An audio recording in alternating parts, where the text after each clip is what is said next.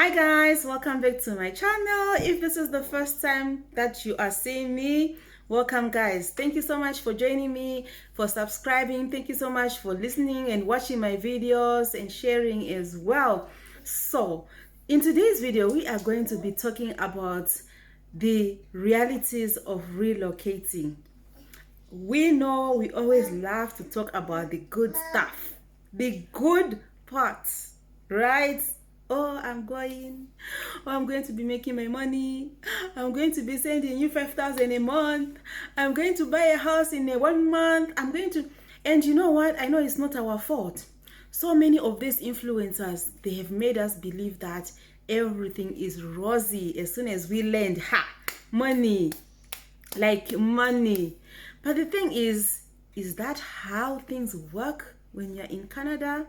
Well, stay tuned because we are just going to dig in and just to share with you some of the things that you will have to deal with as soon as you land. Okay? So, first of all, immigrating, relocating is never easy. It is so mentally, physically, and spiritually challenging. I think you know what I mean. I mean, even just to move from one city to another in your own country, there's a lot of things that goes on in it. Like you're packing, you are doing this, you're doing that, you're making sure where you are going is okay for you, and all that. Even from just moving from one house to another, it's just stressful. Now think about moving how many kilometers away from Africa, away from Nigeria, away from Zimbabwe. It's not a joke. It's not a joke. Sometimes we feel like, okay, we just want to leave. But as days come in nearer to your date of departure, you start thinking, so I'm leaving.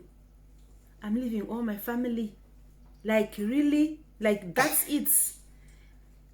And where I'm going, I don't even know. We have people who have sold houses. We have people who have sold all their stuff, their cars, their material things, just for them to relocate. And as you will find out, culture shock, cultural differences, the country itself is different. It is a good thing that we are all migrating, we are all relocating, but just knowing that you really need to be mentally prepared for everything that is going to come your way. You have to be prepared. You have to really sit down, think, don't always think like, oh, everything is just gonna flow like this. It does not work like that. Think of what may go wrong. What is it that I should be prepared about? Make your research. Listen to videos like this. Ask questions so that you have the knowledge at least of what to expect when you reach Canada or when you reach anywhere in abroad. Now, coping with culture shock, there's so much things that we do back home that they don't do here. In my previous video, I spoke a little about, just not knowing your neighbor. Sometimes you will not even know who you're staying with. You don't, because people here, they mind their business. Here, it's not easy to just like, I'm thinking of going to see my friend, and you just drive there and you just knock at the door. What if the person is not around? Everybody is always busy. Everybody is always doing something. So you really need to just think like, okay, the things that I do back home, that is not how it happens here. So probably you have somebody and you start like, oh, I'm just gonna go to this my friend's house. No, you need to make an appointment. Yeah, you have to go on the call, ask if you can come, ask if they're around. You don't just think of driving, or even if you are driving past the house, oh, let me just drop by and say hello. People here, they live a very private life, and so it's gonna be difficult for you to just, automatically change from the way we're living to come here and then you think everything is gonna be the same thing. It's not going to be the same thing. People go to work, different shifts, and some people, even if they are there, they want to spend their time with their families, or they just want to sleep, because that is the only time that people have. Work. And then for some people, it's gonna be hard. For example, maybe someone is coming, they'll have to go to school, they have to go to work at the same time, you have to balance children. And the worst part of it is we may think it's so easy. Oh, when I want to go to work, I'll just drop my kids at the daycare center and I go and whatever. You need to pay for it. And sometimes there's always a waiting list in some of these daycares that they're always full. So the time that you're thinking, it's gonna be easy, when you're here, it's gonna be difficult.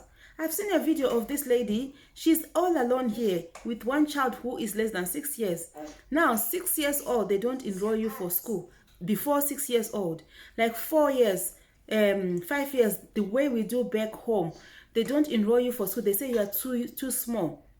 So you have to take your child to a daycare. But maybe the daycare that is near you is full. Then what? Some daycares you have to take bus to go and drop your child, or you have to drive to go and drop your child. You like the stress that is involved in all these things. There is nothing like I'm going to leave my child with my neighbor. I'm going to my friend's house. I'm going to drop my child with my child, drop my child with my friend. Unless you have somebody you know and you get in an agreement that, okay, so I go to work these days. I can take care of your child and my child. When it's your days, we do the same and we'll be swapping. That one can work. But what if you don't even have anybody?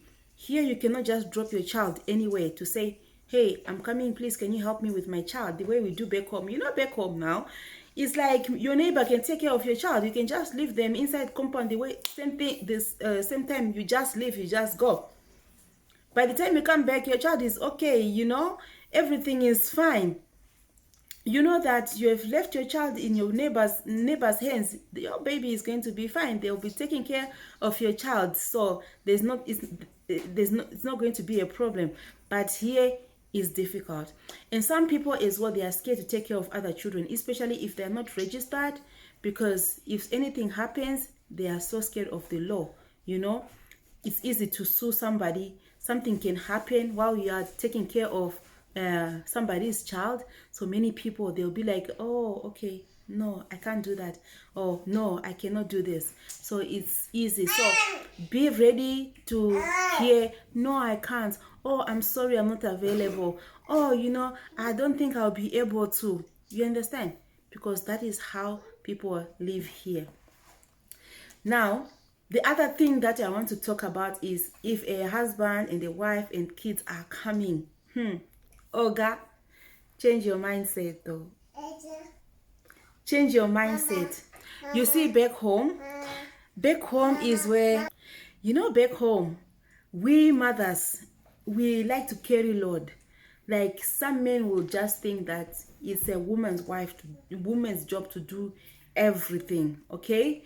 And it's understandable because back home, I don't know, like that is how some men were just raised, that a woman's job is in the kitchen. She's the one who's supposed to do everything for the house.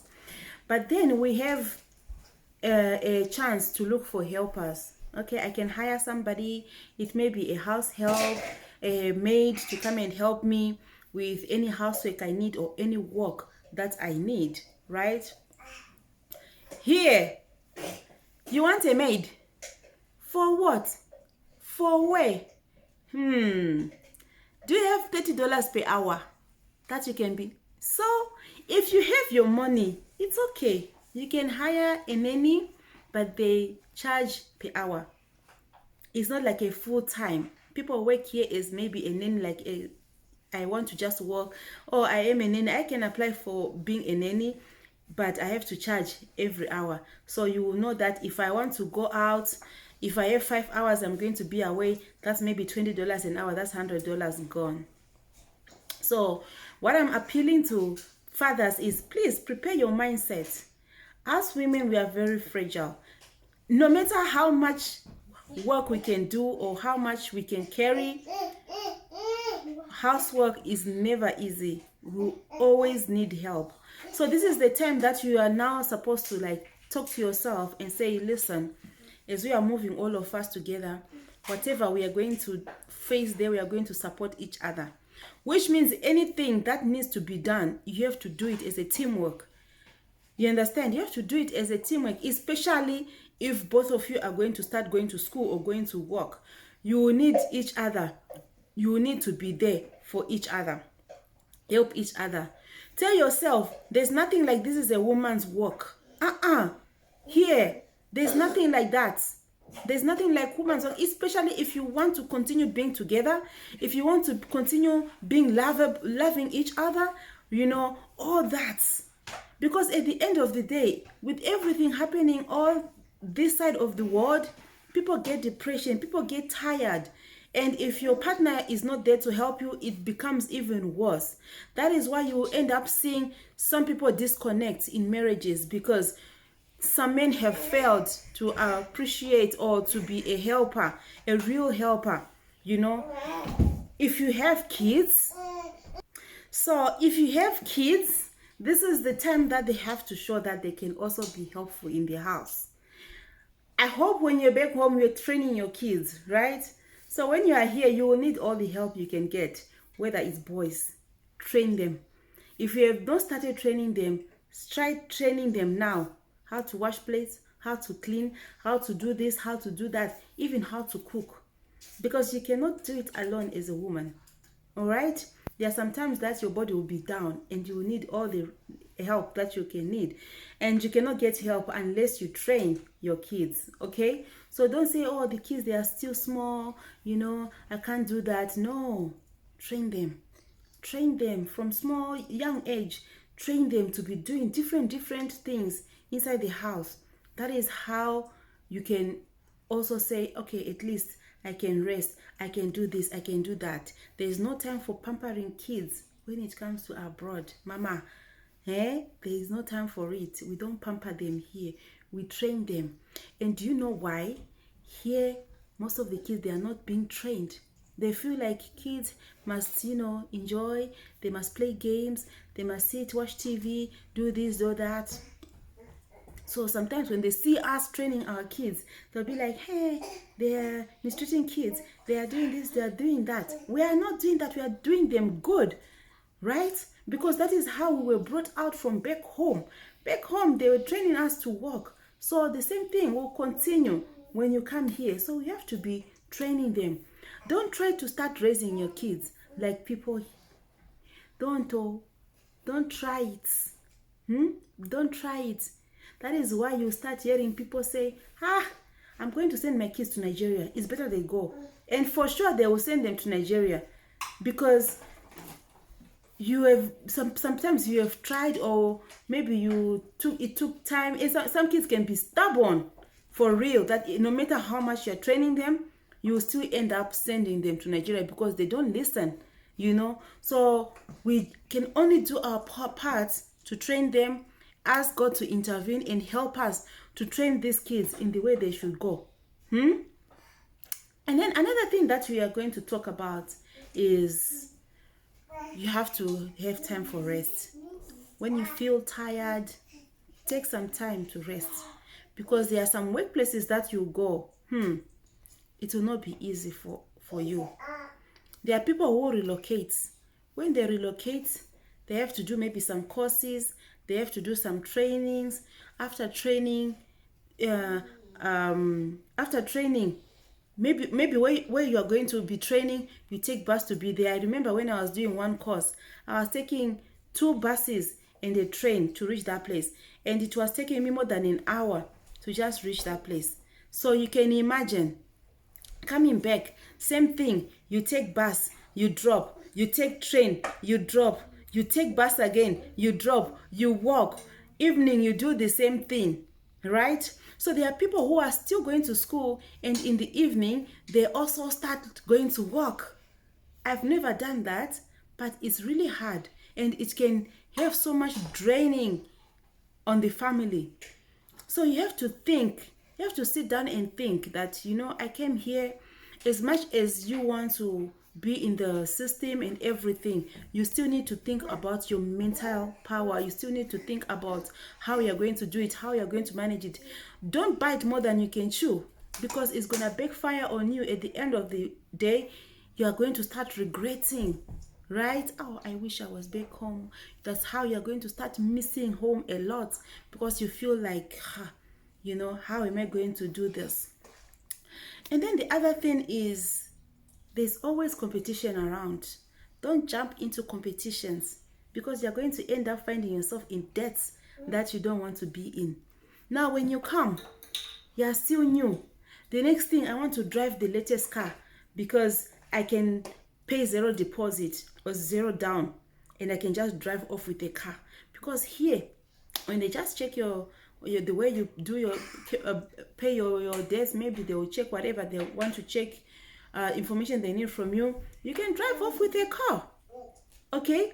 And when you drive off with a car, sometimes when it's new, you want to show off, hey, this is what I'm driving. 1 month after arriving in Canada, see the car I'm driving. 1 month after driving in Canada, see the house I have bought.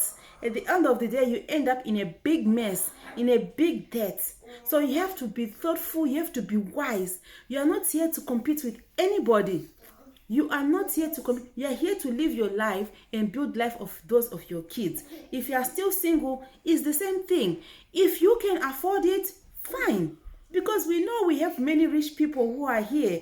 But I'm just talking about somebody who is just an ordinary citizen, an ordinary immigrant like me. I don't want to be in a debt that I cannot afford, because at the end of the day, the more you take debts, the more you are going to start looking for how to pay for those debts. So if you start piling all the debts on yourself and on your family, most of the times, some people, they end up meeting at the door, husband and wife. This one is coming, this one is going. This one is coming, this one is going. Tell me, what type of a home is that going to be? But it's happening because many people have found themselves in a big mess. A lot of debts are like this. Some people have got taken school, having school loans, or different things. I want to drive the latest car. People should see me that I've arrived. But who is going to suffer? It's you. I know people who spend hours and hours outside their home just to make ends meet.